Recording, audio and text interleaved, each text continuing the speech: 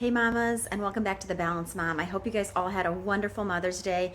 I did. It was just really nice to kind of quit doing everything and relax, spend time with the kids and hubby, and just enjoy that time. So with that said, let's get started.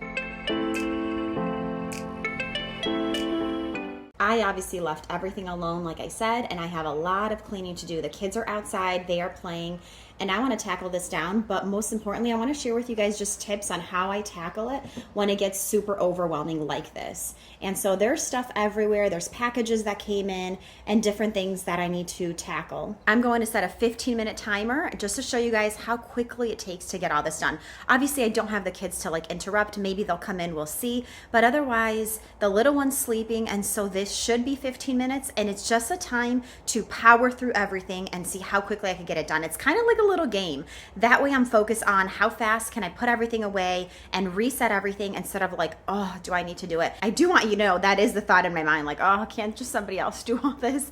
But this is just one little way to make it a little bit more fun, because let's be real, cleaning and all that is just not really that fun. The end result is awesome, but not the actual process. So I'm gonna start off with the dishes, give the kids a break from putting the dishes away, which they usually do in the morning. Get this done. I think it's easier on my mind to just have all this cleared up, and then I'm going to tackle each area one thing at a time.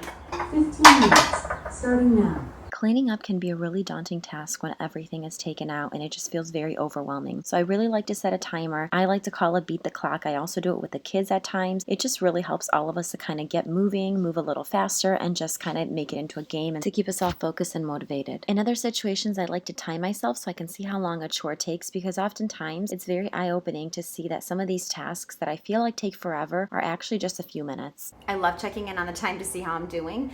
Echo, how much longer on the timer? You have 11 minutes left on the 15-minute timer.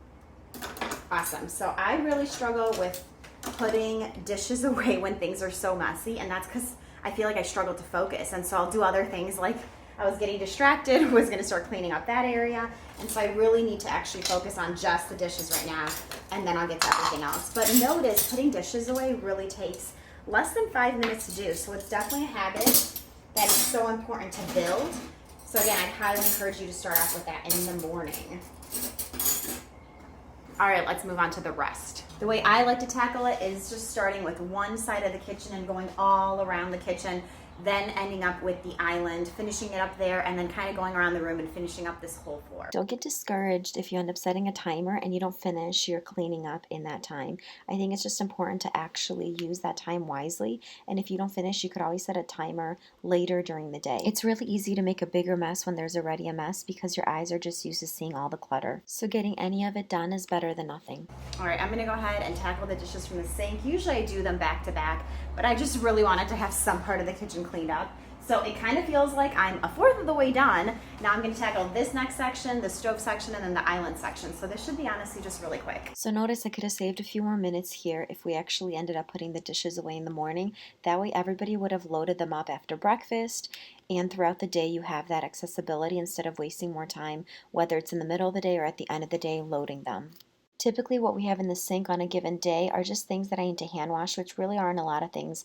I try to buy things that are dishwasher safe just to save me the time. And yes, it does take a lot of reminder to get everyone to load the dishes. Even though it's something we've been doing for so long, there are still many times when they put them in the sink and I'll say dishwasher, and then they go ahead and load them in the dishwasher. As an organizer, dishes are one of the first systems that I like to have my clients master. That way it's one less thing to worry about, and then we could focus on other systems throughout the house, like the long dreaded piles of laundry. I'm gonna go ahead and get the kids to come in so we can have lunch, and then they're gonna load it straight into the dishwasher like we always do day to day. I'd say 95% of the time that's usually what we do, have them load it straight into the dishwasher. The dishwasher is ready throughout the day. It's just so much more easier than taking that much time to load it. All right, so lunch is served, and I decided to use my time really wisely. When the kids came in, I actually asked them to do a pick up 10. If you've seen our previous video, it's where every single child picks up 10 things and puts them away.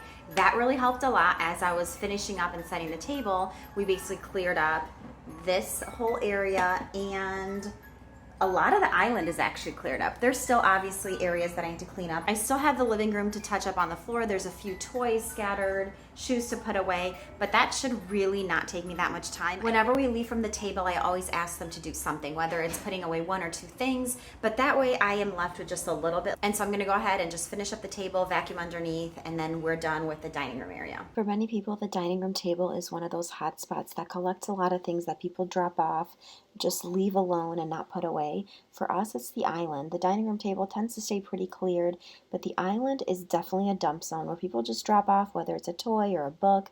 So it's definitely one of the areas that I like them to tackle using my pick up 10 method. Instead of having your children pick up 10 items, you could also just set a timer for 5 minutes and just have them quickly beat the clock in those 5 minutes. The key to cleaning and involving the kids, I think, is just making sure that you always change the system. When a system gets old or boring, you need to change it up. All right, I'm gonna go put the baby to bed, and then I'm gonna finish up with the living room, and then it's pretty much done. Like I said, I usually aim for like 95% done. It's okay to still have, projects sitting out, like the pots that I still have to plant some vegetables in, or some of the papers that I need to go through. That's okay, you can totally let it be and tackle it in the evening, set an alarm for the next day, but this is just getting things to kind of just be easy on the eyes, because it's super, super messy in here, or at least it was, I should say. Now I just have a little bit to do. Allowing yourself to see a cluttered space over and over really numbs your mind and your eyes, and so it's just really important to be in the habit of resetting each area of the house. And remember, the goal is not perfection, it's progress.